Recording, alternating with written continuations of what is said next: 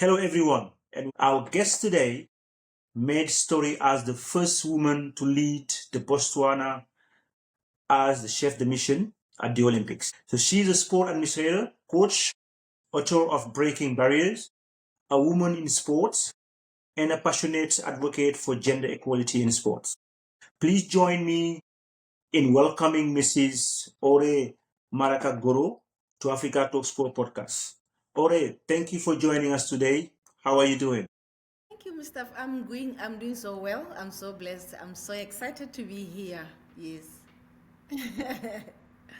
Yeah, thank you very much. And it's a great pleasure for us to welcome you. Today, we will visit your journey to Paris 2024, how it felt to take one such a historical role, the challenge, the joys, and the lesson you learned from that incredible experience. So let's start with your own story. How did your journey in sports first begin? And how far has it taken you today? Thank you so much, Mr. for the question. I'm so grateful to be here to share my story. I am from a small village with from a family of 9 siblings, and I purposed it in my heart to do sports more than any other person in the family. But everyone was doing sports. But I remember when I was 8 years old, I had a very small notebook. In that notebook, I wrote that I wanted to be a teacher. I wrote that I wanted to have 2 kids. I wrote that I wanted to do sports to the highest level. I wanted to see myself on TV. But by then, we didn't have any TV at home. So I was just watching TV from our neighbors. So I thought maybe for you to go into the TV, they have to open it, you go in, and then you speak, and then they take you out. So it was my dream. And I was playing netball. I was doing athletics. I was in doing traditional dance, and I was in the school choir. So I was very passionate about sports. So sports kept me, and because it was a dream, I never stopped doing sport. From my player days into my coaching, I started coaching when I joined the teaching fraternity. I started coaching, and then my teams were doing so well. I have never had a team that did not bring home a medal. So I was that amazing coach. So I developed the passion to say, you know what, I want to move through all the ranks of sports. That's where my coaching and coming into the national team came in. But I'm still playing netball and stuff at social level. So I'm still fit with sports. Yes. So, but growing as one of the 9 siblings that you just said, so that made you choose sport so passionately compared to everyone else. But what keep you going? Because growing in an environment that like people they don't know much about sports administrators, for example, or being a coach. What was the passions that guide you? What was the word that was keeping you moving forward? I think for me, from a tender age, I was very passionate about seeing myself having my own medal and being celebrated, because by then we're rewarded with plays, baskets, and other things and medals. There was no monetary money in the rewards. But what kept me is I saw myself winning. Every day when I go into competition, I'm going to come back with something. So it kept me. And also I wasn't into dating. I was not interested in doing this dating things. I just wanted to see myself in sports. And I also promised my parents that, you know what, I'm going to find balance between sports and academics. So I'm going to give you the best results. So allow me to do sports to the last stretch. I'll see where I'm going to end, but allow me that. So I had a supportive background from my parents and my siblings. Even with childbearing, I delayed because I didn't want to see myself having a baby when people are busy playing sports. So after that, after the support from my household, I was able to go all out to meet other people who showed me that sports is an industry that can build nations. It's a tool, it's a vehicle to build communities. So I was very passionate about building communities. I was passionate about seeing young people evolving and becoming, and I knew the only place to see them is when I am involved in sports. So I never stopped sports. I played. From there I moved into coaching. from lower structures onto the national teams. And then from there, I also empowered myself massively because I'm very passionate about personal development. I empowered myself so that I can feed from something that is valuable. So I was very passionate about personal development. I attended massive trainings. I'm an accredited coach for netball.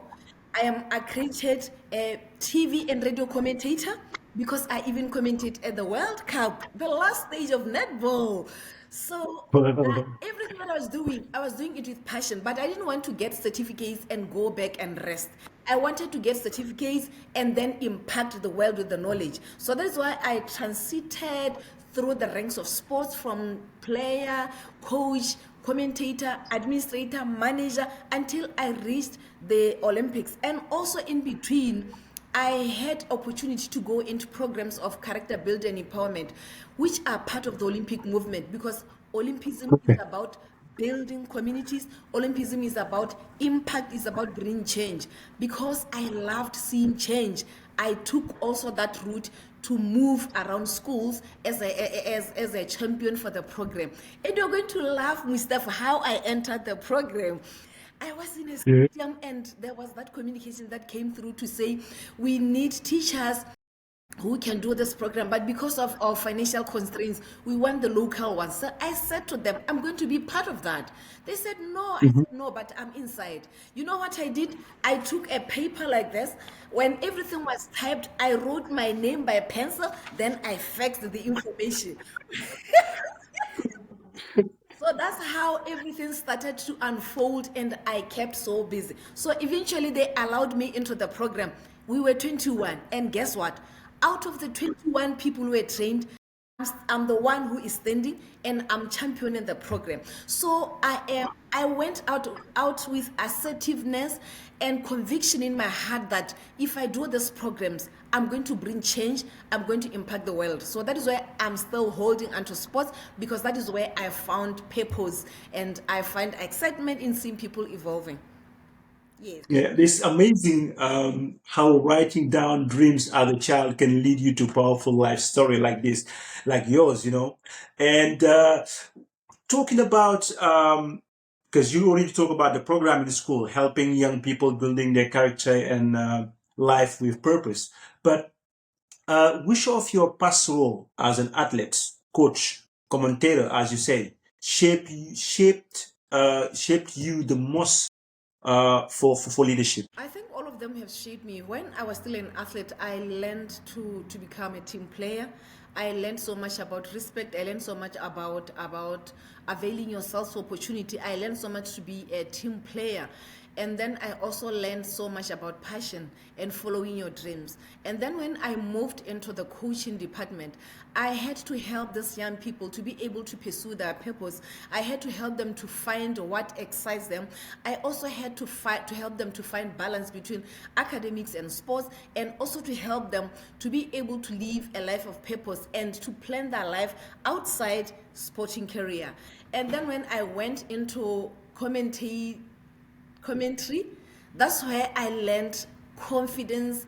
I learned to serve the world because it was at the world stage, and the feedback that I got from that kept me moving to say, wow, I didn't know that I am good with this. The only thing that I know is I'm a change agent, I am a coach, I'm a sports administrator. But with commentary, I wasn't sure, but I was the number one. I served with honor and integrity.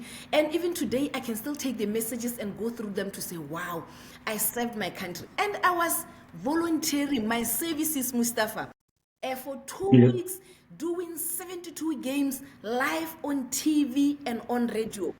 Yes.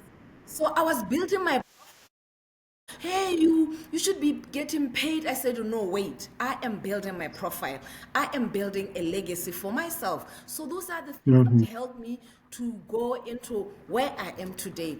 And also when I came into administration also, I was now into the boardrooms where decisions were made. So I had to empower myself, I had to find a mentor. So I am a product of mentorship, I am a product of a coach. So I had to look for someone who can align me to my purpose, someone who can say to me, yes, go for it. No, not this one. Yeah. This is the right. There are opportunities. That is why I was able to flow, because I had somebody to fall back to.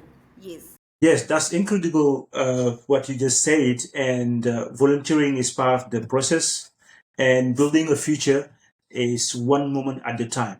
But talking about your career, because you've been saying that you've been getting involved in a lot of stuff during the journey. Did you get some certificates? Did you get some award? I got How was the journey with that? the journey was beautiful because it was rewarded. People saw what I was doing. I'm a multiple award winner. When I started work, as coming as energetic as I was into sport and at work, I received a meritorious award winner. That shows that I was a high performer from the Ministry of Child Welfare and Education. I also received the Best Change Agent Award winner from the Ministry of Child Welfare and Basic Education. And I also received the Best Change Agent Award winner from the State President Office. And then on top of that, I received a IOC Diploma Achievement for my positive contribution into our communities and building healthy communities through sports, education, and culture. And that was not the last, Mr. I was given the last one this year, April, a Minister's Award for a beautiful performance and for delivering the best games ever. Congratulations for that. Happy that you made so many achievements. Yes, then come the big moment, being appointed as the chef de mission for Paris 2024. So what happened the day you were appointed, and where were you, and what did that moment feel like? Mr. I was at work, but normally at work I will stay. If I'm not in the office, I will stay in my car because I read a lot of times.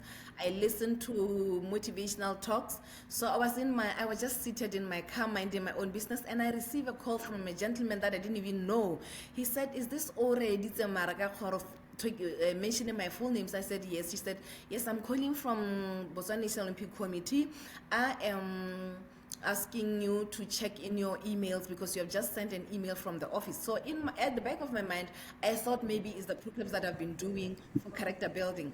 But the moment I opened my phone, Mustafa, Yes. I shivered. I felt cold. I felt excited. I even cried. After crying, I prayed. I said, "God, thank you so much because I've labored in Botswana sport for 40 good years. So today Mhm. you are rewarding me with these major games. I've been a coach at regional structures. I've World Cup as a commentator, but I've never been to the Olympics. But I know a lot about Olympic movement because I have a program that I'm doing for for the Olympic, International Olympic Committee. So I just thank God. It was a moment, a wow moment for me to say, you know what? This is a time for me to show Yeah. excellence, to pursue excellence, to be excited and to deliver and to show people that women are not competing with anyone. We are all born for a purpose. And if you all understand why we are living and serve the world with our gifts and talents, opportunities are going to come and allow us to serve. So I said in my heart, yes, I'm going for this. Yeah, and I'm sure it must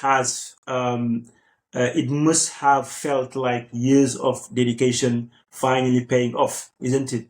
But yeah, what was running through your mind as you realized that you were the first woman to take this role for Botswana? I think for me, it was a moment of excitement, Mustafa. It was a moment of celebration to celebrate women, the power that women have, and also to be excited that this may open doors for other women. Because the Botswana started attending Olympic Games in 1980 for the Moscow competitions.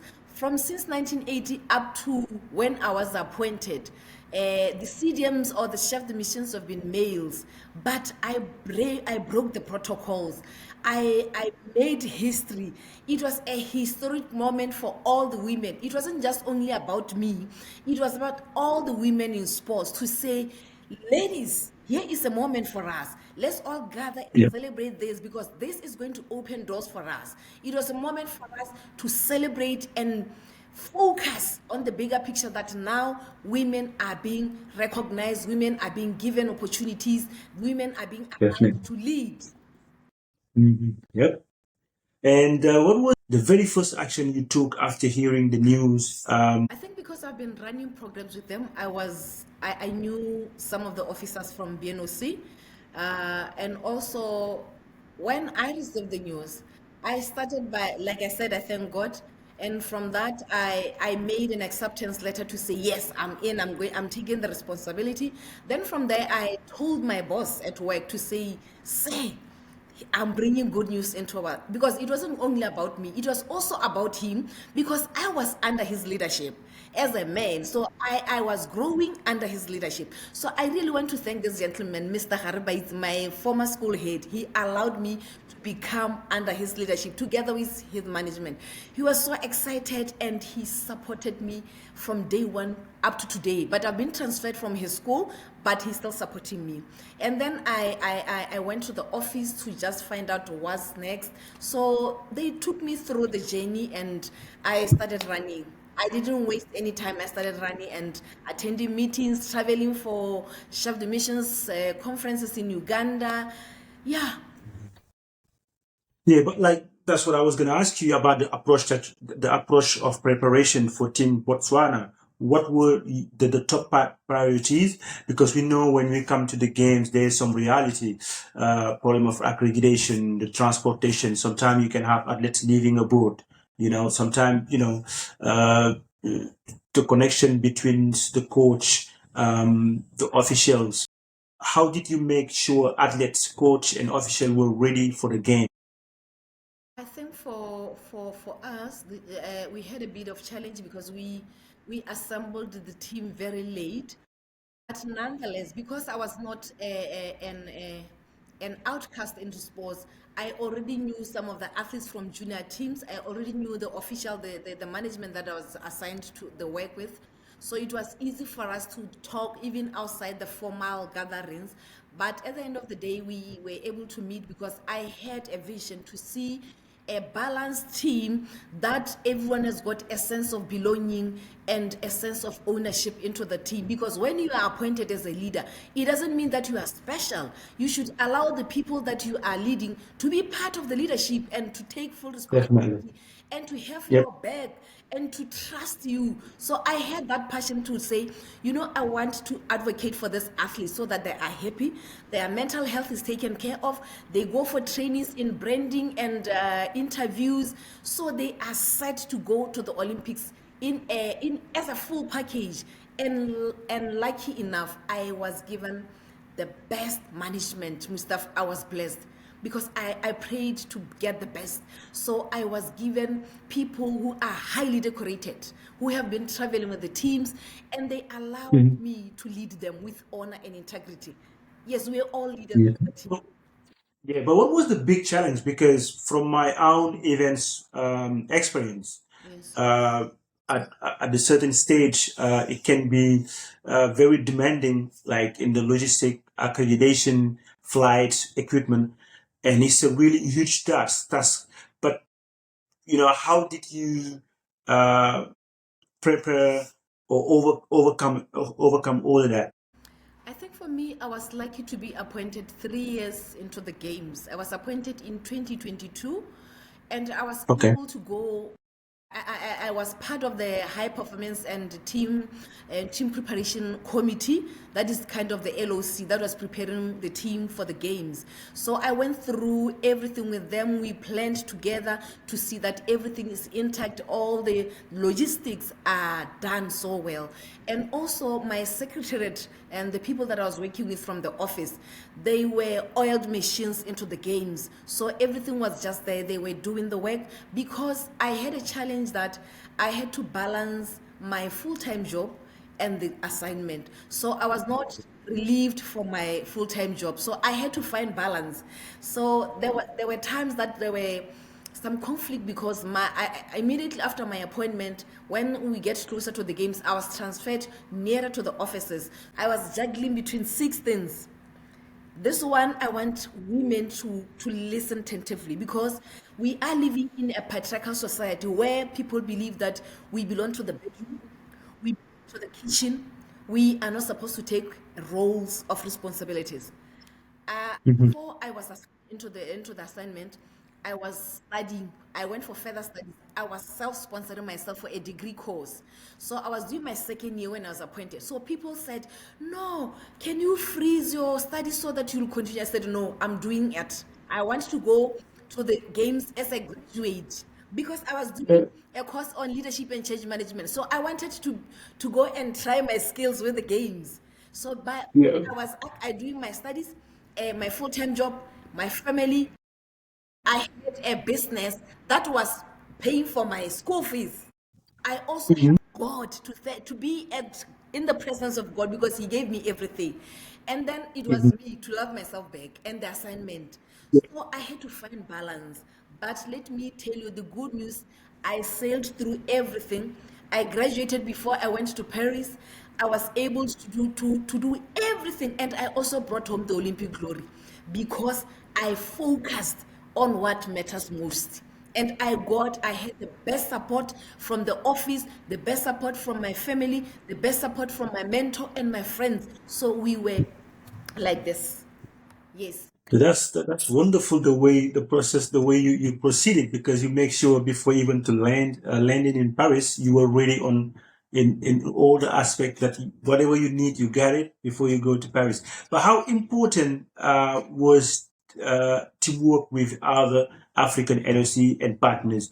Did you have the chance before even to go to Paris to have some meetings with the African NOCs, or even to collaborate with others that have more experience? I think I really want to appreciate Anoka, because they put together a seminar for chef de missions in 2022 in Uganda, where the new CDMs could go and learn from those who have been there in the system, and we're sharing our experiences, our challenges, and way forward. So that's where I started learning and starting to focus on making sure that I'm not going to fall in the same traps that other people did. So I want to appreciate, because all the African countries were under one roof and sharing their experiences. And then the other thing with international stage, we had our pre-games training camp and in Toulouse, Montauban. So we had the best facilities. So we had agents who were helping us so that the team can go for pre-training games to acclimatize and be able to connect. Because like I said, we had elite athletes who were doing Diamond League, so that we didn't have time to connect as a team from here. But because I had the strongest management, we were able to bring the team together. And also because I champion Olympic values education program, I had to teach them about Olympic Games and the spirit of Olympism. So it makes everything so easy for us to gel together and to have a sense of Mhm. ownership and to be one family. Yes. But what would you give other advice for the future appointed and NOC chef de mission? I think for me, I'll just say to them, ladies, let's empower ourselves first and foremost, because as a CDM, you are taking decisions on behalf of the government.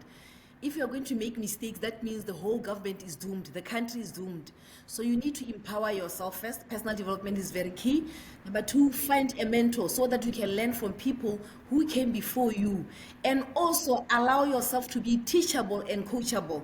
And then the other thing is, go all out for opportunities that are there before you are even appointed, because they're going to help you to appreciate the journey of other people, to appreciate the challenges that you can go through when you are doing sports. Sports is male dominated. If you don't have the strength as a woman, you are going to fall back. So you need to have the strength to be able to get into boardrooms, to share your ideas without emotions, without feelings attached to them, but just saying issues as they are, because you're empowered. So I think that is the advice that I want to give to women.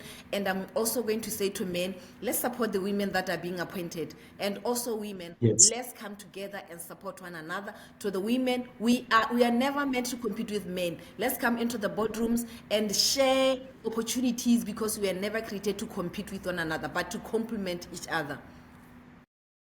True, totally agree with you. But and finally, the team Botswana landed in Paris. How did it feels stepping into the Olympic village for the first time? How was it? It was a moment of honor for me. You know, it took me back, Mustafa, to my little notebook to say, this is my dream come true. Day one, I did 25,000 steps in the whole village. I was moving Wow. from corner to corner, appreciating the village See? and getting into meetings and just wanting to learn and to allow myself just to have quality time in the village and at the Olympic Games, because it's just that moment, one moment that I was waiting for the rest of my life. So I had to go there and have joy of effort and do everything and pursue excellence in those games. So, what did a typical day look like for you at the game? I don't want to lie, it was challenging. It was taxing emotionally, physically. There were days that I will sleep with my clothes on. And my team, the ladies that I travel with, will just come and remove the shoes and put a blanket on me. Mustafa, there were days that I will sleep on an empty stomach because I'm fatigued. I remember there was a time I was moving along the way and the athletes were up in the hotel and they were shouting, CDM, please go and rest. CDM, go and rest. We are fine. Because you had to be on your toes not to miss anything. But lucky enough, Mustafa, I was so blessed with that team of officials. I was doing delegations because when there were a lot of activities in the same day, I will delegate them because they all have a sense of belonging. We were able to do roles together. They also respected and trusted me. I also trusted them back. So we're able to do the work together. The other thing is they had my back. They didn't want to see me fail because I had made history to be the first woman. Remember, there were four women at the games, three from medical department and myself. So we're holding each other like this. And also the male coaches were holding me like this. We were one unit and everything was just well. They will even wake me up to say, Sidiam, you have an interview. Sidiam, did you forget your meetings? Because I had the schedule there. But I think that's what makes the Olympics so special. Like the Yes. unsleepless nights, the fatigue you're having, and that stress, that's what makes the Olympics. You will feel like you are dying. I'm telling you, the fatigue. And with the passions, we always survive, Yeah, because yeah. we love what we're doing. No matter what, we love what we're doing. We do what we have to do, and after that, we just remember it like what we're doing right now to talk about it, and it feels good to Yeah. remember those moments. But which moments made you feel proudest as chef de mission, and also did you face any unexpected issue that tested your leadership during the game? I think for me, we had the first issue that we had was when we were going for pre-games for the camp, for the training camp, the whole team lost their luggage for 5 days.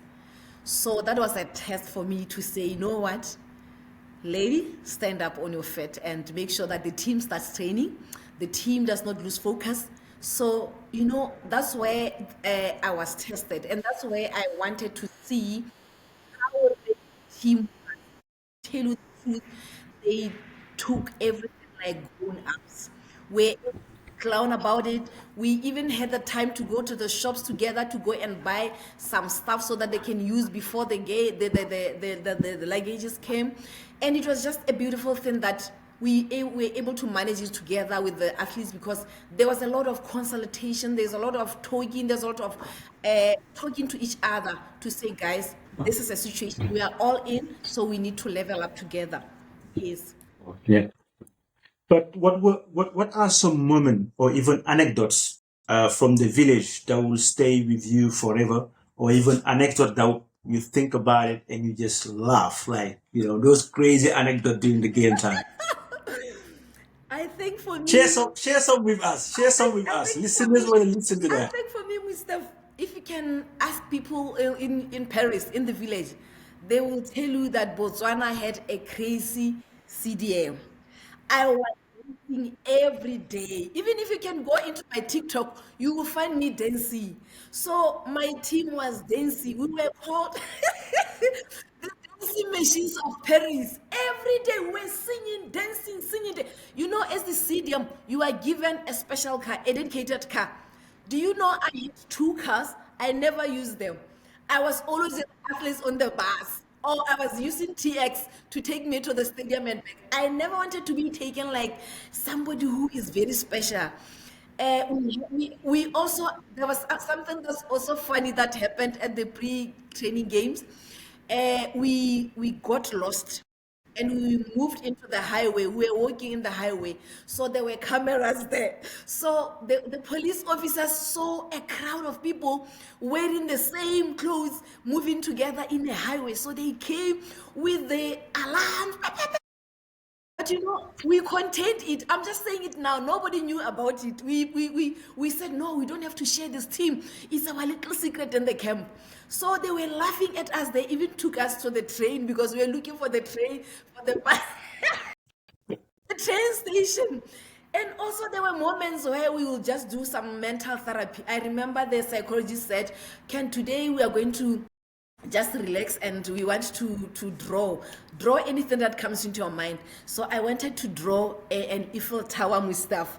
Those athletes, you know, they didn't behave. So when they looked at my Eiffel Tower, they said, Sidiam, let us see your picture. So I did this too.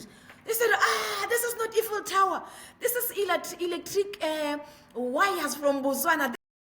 This is not far, this is very far away from me and Eiffel Tower. So every time when they've done something, I want to be tough on them. Some of them, they did it as they put it on their phone. So when I want to say, guys, I don't like this, they'll say, look at this, look at your picture. So we are playing about it time and again. And also one of the things that has humbled me, Mustafa, is that when you are given a post of responsibility, it's not the time for you to go and rest and enjoy when everyone else is suffering. Looking at our number, Team Botswana had 14 athletes, so we didn't have a dedicated space as a clinic, a medical clinic. So I decided to dishonor myself, my prestigious room, place where I was given, to make it a hospital for Team Botswana. And I went out to share with the doctor in a small room where we're just staying there the entire time because I was not there for luxury. The athletes were saying, Chef, you have done this for us. This is too much. So I had to do that for my athletes so that they were there to compete. It was not all about me. At the opening ceremony, everyone was dancing, the cameras were there. I decided to stay back. And people were saying why. I said it was not my moment. It was a moment for these athletes because some of them were appearing for the Olympics for the first time. I will have another opportunity because from here, I'm the spokesperson for this team. So people are going to see me. This is the moment. And our boat, Mustafa, was the most vibrant. If you can go and look at those boats, dancing, everyone wanted to be with us. We were so excited. Yes. Yeah, that's the game, you know. Yes. That's what it. But after the game ended, there was time to reflect, right? So, what key lesson did you take away from leading Team Botswana in Paris? What was the feedback did you hear also from athletes and officials afterward? I think for me, because when we left here, I promised Botswana that they are going to celebrate when we come back. It's not about me. Yes, the national flag was on my shoulders and the national anthem, but it was not all about me. And I forgot to tell you that one moment that made me so emotional was seeing the national flag being lifted up when Litsile was honored as the gold medalist. You know that moment to say, I came a year before the games to come and confirm that these are our colors for this flag. And I also confirmed the national anthem. I said, Lord, this is Wow. a moment of honor. I cried. And even when he was getting his first medal, I didn't even finish the race, Mustafa. I was crying. People were attending to me outside the stadium. Those are some of the precious moments for me. Yes, Wow. also for Now when I look back at the games have taught me perseverance. They've taught me uh, patience, because sometimes you're going to go through challenges and you need to be patient. They've taught me so much about athletes welfare, because IOC is very, very, very serious on issues of safeguarding. So one thing that I want African countries to take very seriously is the issue of safeguarding, so that we are sure that everyone is safe when they're doing sport, from athletes to the officials, everyone is protected. The other thing is that humbled me and taught me is saving. The people, the volunteers at the games, they went all out for us. They never complained. They did a marvelous job. And beautifully, the lady who was at the helm of the games was a young lady, younger than me, who was, I forgot the name, that was the overall overseer of the games. She was a woman, and she delivered the best games for me. She was a woman who was there to lead with honor and integrity. In every meeting for the Shaft missions, she will just give us the opportunity to vent out in whatever that we are not happy with. And she was leading with a marvelous team. So I'm saying to the Africans, let's unite. Whoever is hosting games, let's come together as a continent, and let's make sure that we deliver the best games. And to the athletes, they give me a beautiful feedback. We're still having our WhatsApp group here, Mustafa. It's Yeah. our safe space. We still talk. Remember when we came back, they were given those who got medals, they were rewarded with houses. And last week and last month, they were given the keys to the houses. So we came back to our platform to say, guys, these are your homes, these are your legacies. Go and take care of them. So we are just like parents to them. We are their mothers. Whatever opportunities that comes out, we share with them to say, guys, make sure that you don't miss opportunities. So that is the most beautiful thing. And they said to me, we are so grateful that we learned so much from you. You are more than a CDM. You are a mother to us. You are a friend to us. You are everything to us. And the officials, when it was my birthday, they wrote beautiful messages to appreciate my leadership. So I was appreciating them. They appreciate me back to say, you know what, we were able to win because you came as a leader, you allowed us to fit into your vision, and you allowed us a space to fit and to have a sense of belonging. So that is the beauty of everything that I went through. And I'm so grateful. I don't want to lie. I'm so excited and very grateful, because we made history. We are part of history that will never be erased. Yes. Yeah. And I appreciate that the fact you just you just mentioned the voluntary that was working with you guys and the effort they've been making to make those games happen, because people know sometimes, and that's what people, they don't remember, and they need to remember that people who make these events unforgettable aren't always on the podium. So they are often backstage, uniform on, holding everything together. And I was part of one of them because I was a volunteer in the Oh, sport presentation team. you were there. Yeah. So, and when you're talking about sleepless night, when you're talking about being tired, And humility. uh, And humility, yeah, Mustafa, the yeah, humility you from need those it, athletes. They and were fatigued, tired, or they were crawling, and they will still serve with honor. but that was wonderful seeing our Africans athlete carrying their flags, being in the stadium. That was wonderful. Wow. How did Definitely. I That miss was, you? How did I miss to see you there? you were too busy dancing. I think we have something in common. I am one person who wants to deliver the main project so well, and after that, I have to focus on me. I also went there with my business cards, because I'm into network marketing space. Apart from my full time job, apart from my sporting career, I had to do that. You know why, Mustafa? Because my kids cannot inherit my positions in sports, or even my place at work. So I need to build a legacy outside sports. And also, I think that also help athletes to see that they have to plan for their retirement. So for me, I was also doing part of that, but not much of it, because I'm doing it right now because I've handed the national flag. So it's all about me now. So seeing you achieving so much with similar goals is really inspiring, and it reminds me that we must pass on our experience to help the next generation grow faster. Because whereas it took us 10 years, 15 years to be where we are, if we pass the baton on time, I think the next generation, they won't have any challenge.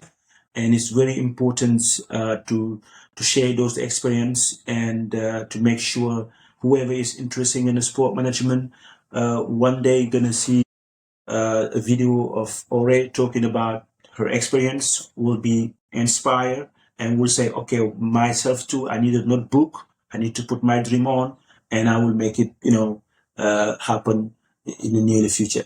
So, talking about the future, actually, are you gonna still in the National Olympic Committees, or you have some upcoming projects?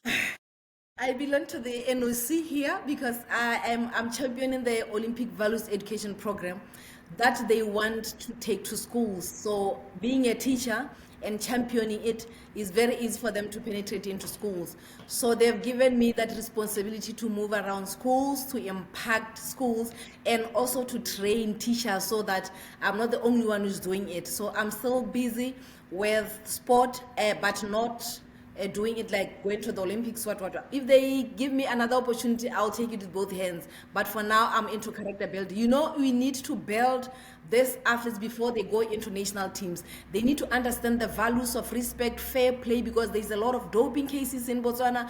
They need to understand who they are and what they stand for, and also to respect even the organizers of the games. We have the BNOC as the mother umbrella of the games. They need to understand how it operates and deal with it with honor and integrity so that we can also help them. Also, they need to take a responsibility that when they are done now with sports, what's their contribution into the community. So I'm still part of the program. So I believe with this program we're going to reach out to as many schools, and the spirit of Olympism will reign in Botswana and will continue, because everyone is still excited about the results from Paris. When they see you, they want to be connected to you. Recently, we trained 32 schools on the program, so we believe they have started in the areas. We believe that the fire is burning. We're still there, and we also want to engage the Olympians to move around so they can inspire these young people around. So this coming weekend, we are going for another training from Tafisa, still to deal with sports programs. So I believe I'm still in the race. But when are you gonna rest? Sorry? When are you gonna rest? Is it a resting time in the journey? No, I will rest in Because heaven. right Mustafa, now I will rest in heaven because in heaven, okay. yes, I was born for a purpose. I was not born to come and decorate the world. But That's jokingly, good. there are times when I just get my free time when I'm not at sports, because it's either I'm doing sport, I'm at work, I'm at church, I'm with my family, or I am doing my business. So if I'm not doing any of this, I'm home resting and connecting with my kids. And I That's forgot, not Mr. good. to tell you that, if there are people that I want to appreciate before we end this, I want to appreciate my mentor, Miss Ham Mutib. That woman carried me when I went to the IWG conference where my journey of mentorship started. Botswana hosted the IWG in 2018. So I am the IWG legacy because they produced the first CDM who was under their leadership. I also want to appreciate my secretariat, BNOC board, the government of Botswana, and my secretariat, my team, everyone, because we locked hands together and worked and produced a very beautiful project Very together. important. And my kids, I left my kids, the first one when she was 6 months, to travel with the national team. The second one when he was 4 months, to travel to coach the national team, and to travel to IWG. Those kids have suffered for me, so I need to Yeah. appreciate them publicly because I am what I am because they allowed me to be myself. So I think I think you owe them a Olympic 100 meters final events. Yes, I owe them that. You know, even when we're at the pre games training camp, our athletes said they don't want officials who are weak.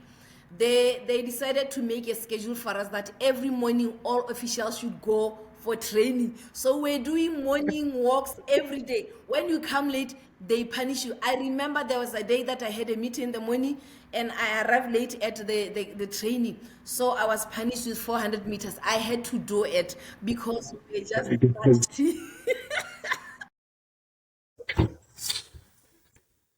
So, Ore, so what would you tell uh, a young African woman who want to follow a similar path like you did? I think for me, I'll say to them, growth is a journey. It's not a one-day event. You will sweat blood, you will cry, you will fall. And the most important thing is when you go through challenges, because sports is male dominated. And if you don't have the character to stand firm, you're going to fall on the way. So they need to be focused, they need to understand who they are, what they stand for, they need to take their skill audits and also go out for opportunities, because opportunities are lying there for grabs and waiting for people to get them. So nobody's going to come and say to them, now you are moving from being an athlete into a coach. They need to go all out for opportunities, because clearly our BNOC, our NOC is giving opportunities for everyone, the athletes, the coaches, the managers, everyone is being trained. Sometimes we get training, then we go back and sit back. So I want to tell them that they should go all out and serve themselves, because the world is not going to serve them. I think for me, we didn't even talk about these books, Mustafa. This book here is called Unearthed Diamond. Is for one of our mentees for the character building program. He was unearthed because of the program.